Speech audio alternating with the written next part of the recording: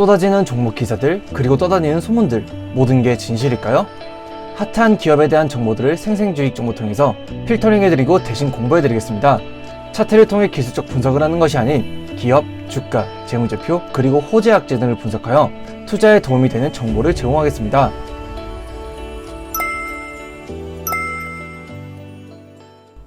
안녕하세요. 주식 필터링 채널 생생주익 정보통입니다. 오늘은 넥스트 엔터테인먼트 월드, 뉴에 대해서 대신 공부해드리겠습니다. 영상 시작하기 전에 구독과 좋아요 한 번씩만 부탁드릴게요. 영상 만드는데 정말 큰 힘이 됩니다.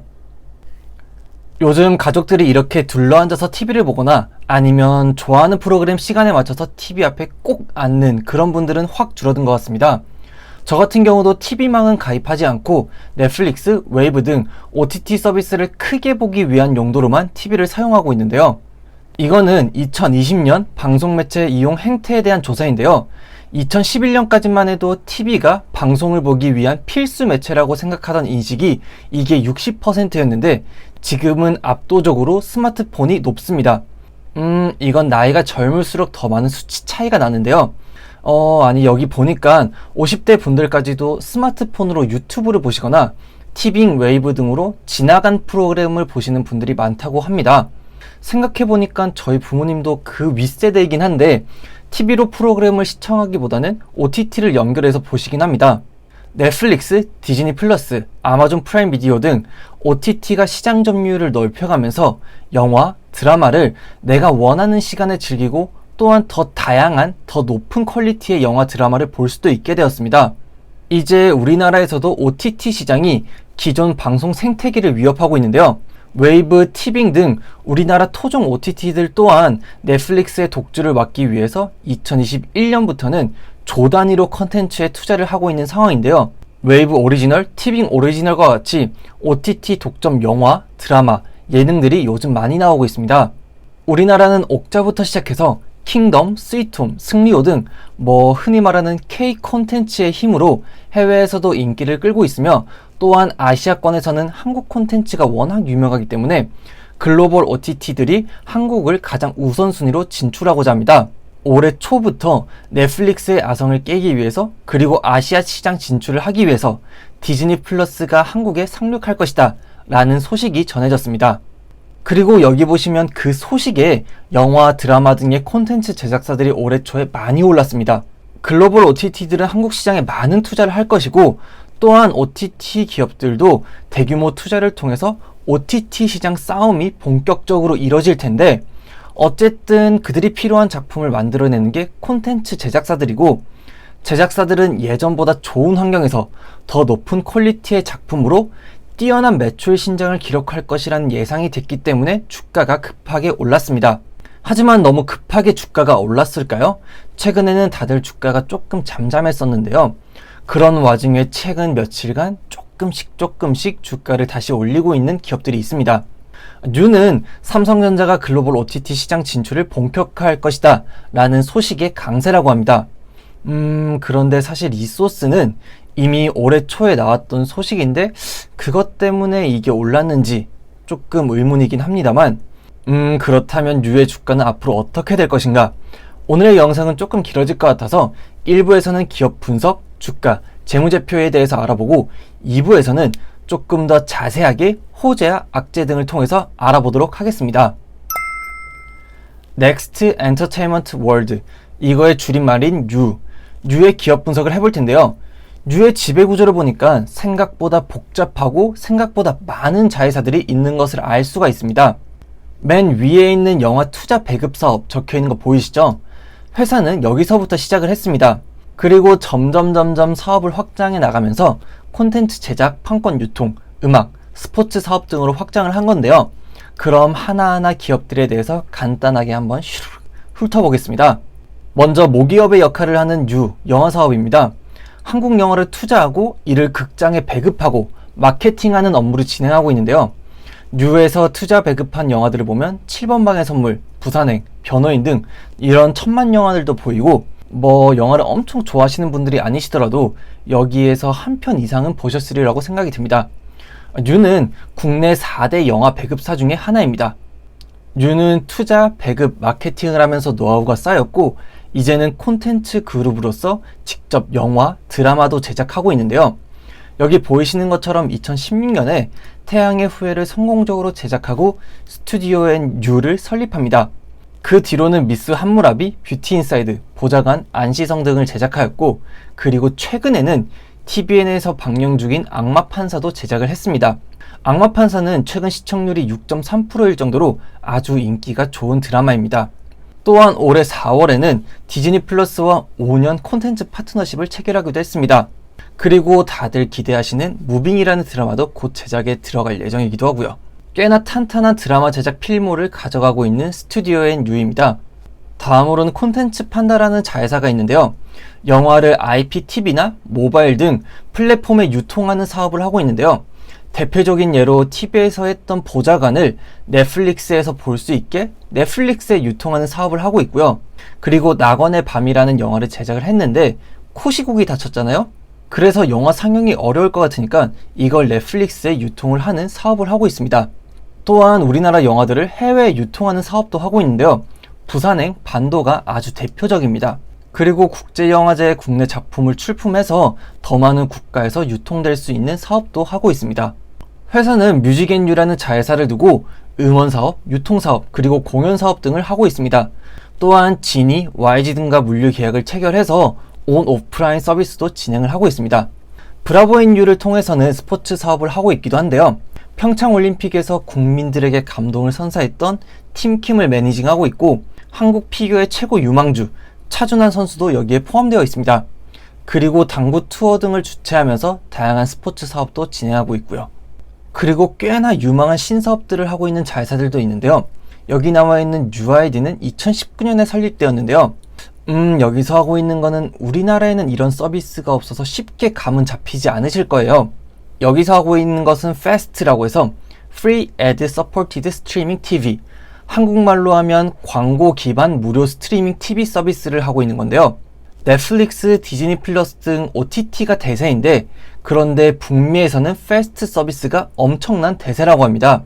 오른쪽 위에 표를 보시면 구독 스트리밍 서비스보다 훨씬 빠르게 성장하고 있는 사업으로 북미에서는 폭스, 아마존, 삼성, LG 등이 뛰어들어서 북미 가구 절반 이상이 패스트를 사용하고 있다고 합니다.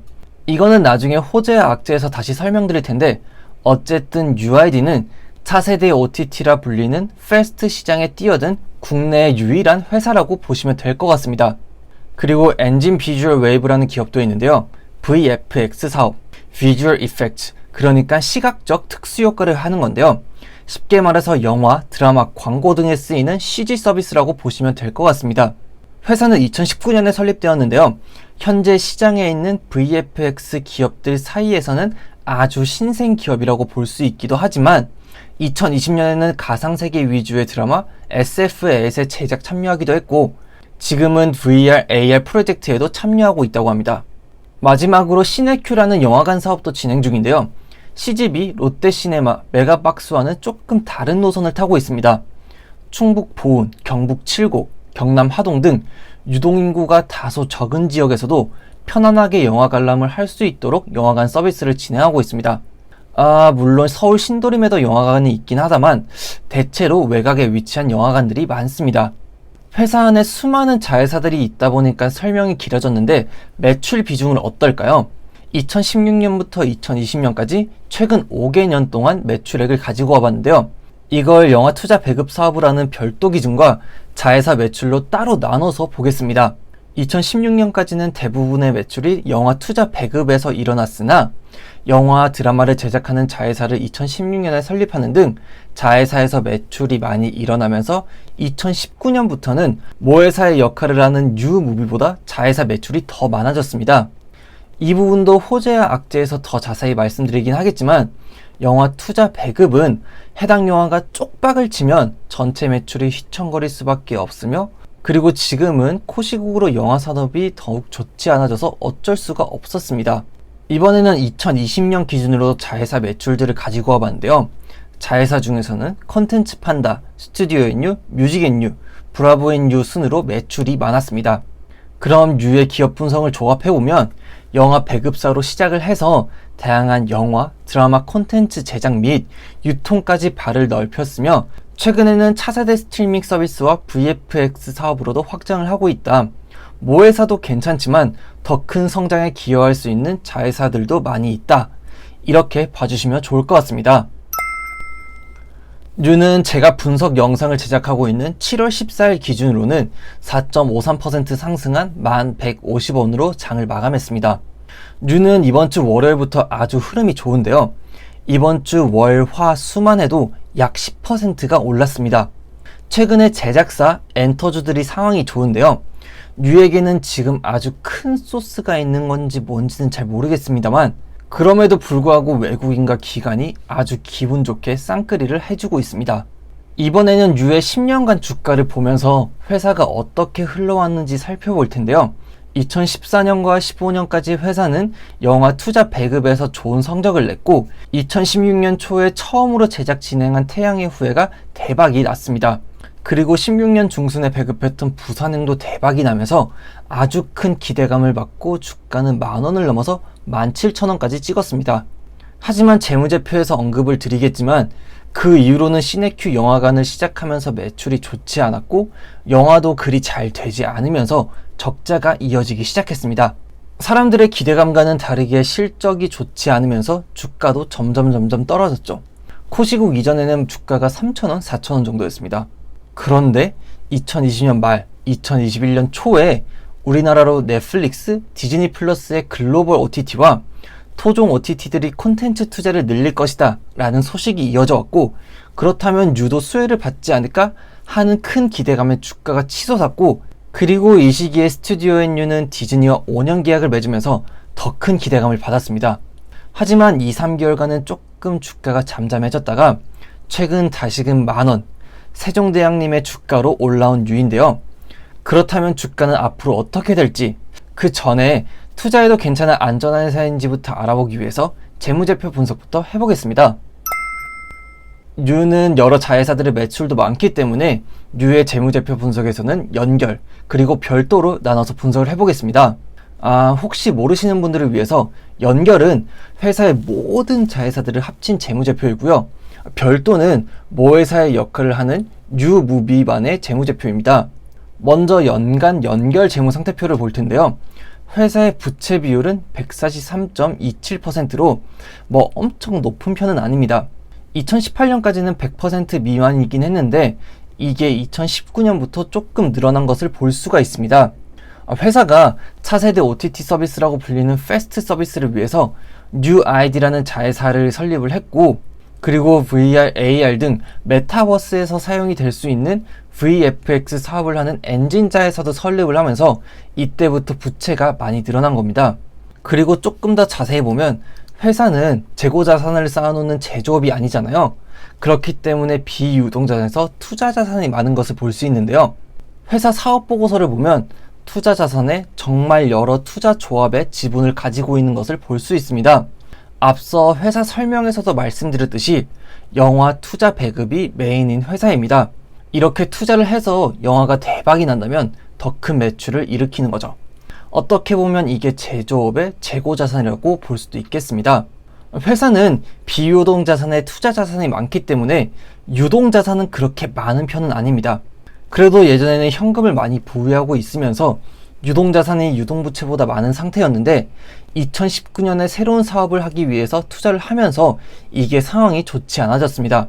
2020년 말 기준으로 유동자산보다 유동부채가 더 많은 상황으로 1년 안에 갚아야 하는 부채가 1년 안에 현금화할 수 있는 자산보다 많습니다.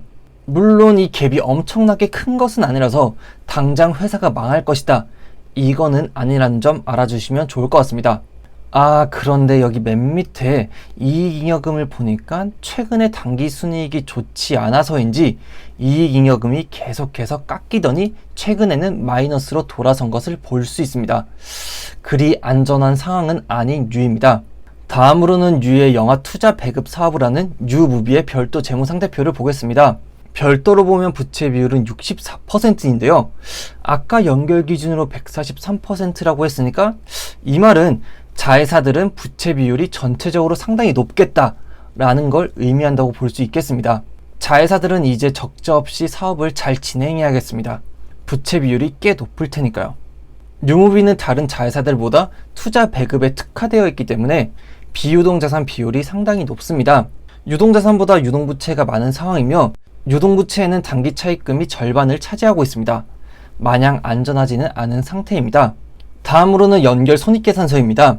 매출이 2016년에는 1257억으로 좋았다가 2017년에는 945억으로 확 떨어졌습니다. 그런데 이 시기에 판관비는 심지어 더 많아지면서 영업이익이 마이너스가 됐습니다.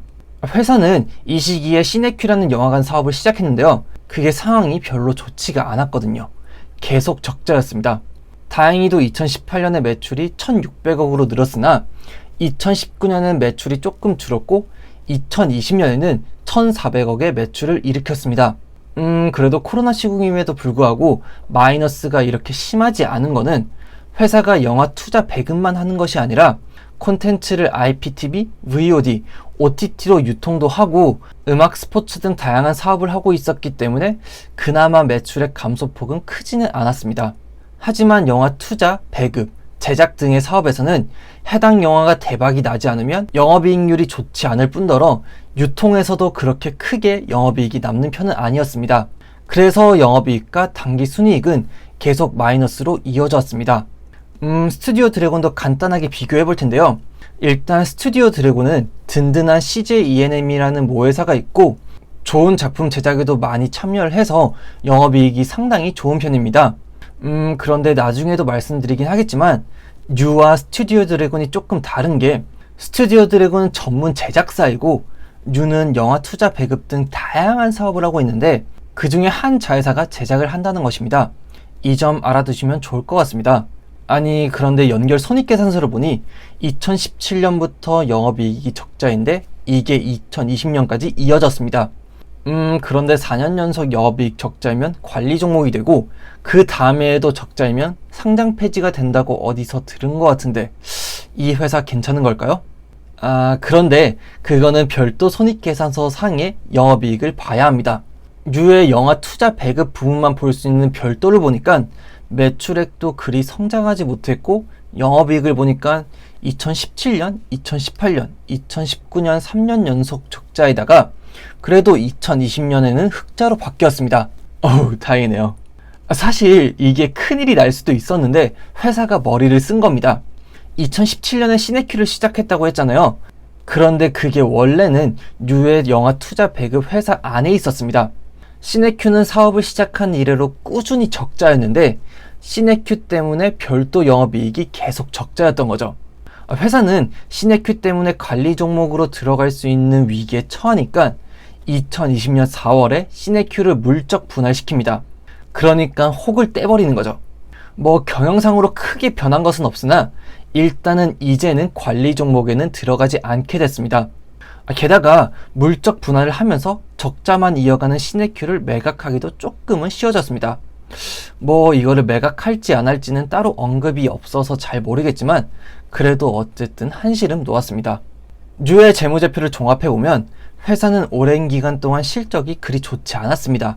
코시국 때문에 영화산업이 망해간다 이런 말이 많았음에도 불구하고 컨텐츠 유통, 제작, 음악 등의 자회사들 덕분에 그나마 매출 감소폭은 그리 크지 않았습니다. 하지만 여전히 실적이 안 좋은 것은 팩트입니다. 4년 연속 적자이죠.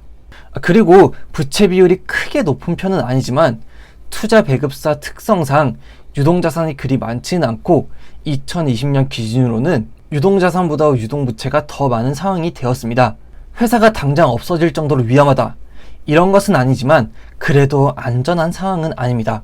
문어발식으로 자회사들을 많이 늘려놨으니까 이제 시작이라고 볼 수도 있겠습니다. 지금까지 뉴의 기업, 주가, 재무제표 분석을 하면서 회사가 어떻게 진행되어 왔는지 알아봤는데요. 그렇다면 뉴의 앞으로의 주가는 어떻게 될지 이 부분은 2부의 호재 악재를 통해서 자세히 알아보도록 하겠습니다. 영상 유익하셨다면 좋아요, 구독 부탁드리겠고요.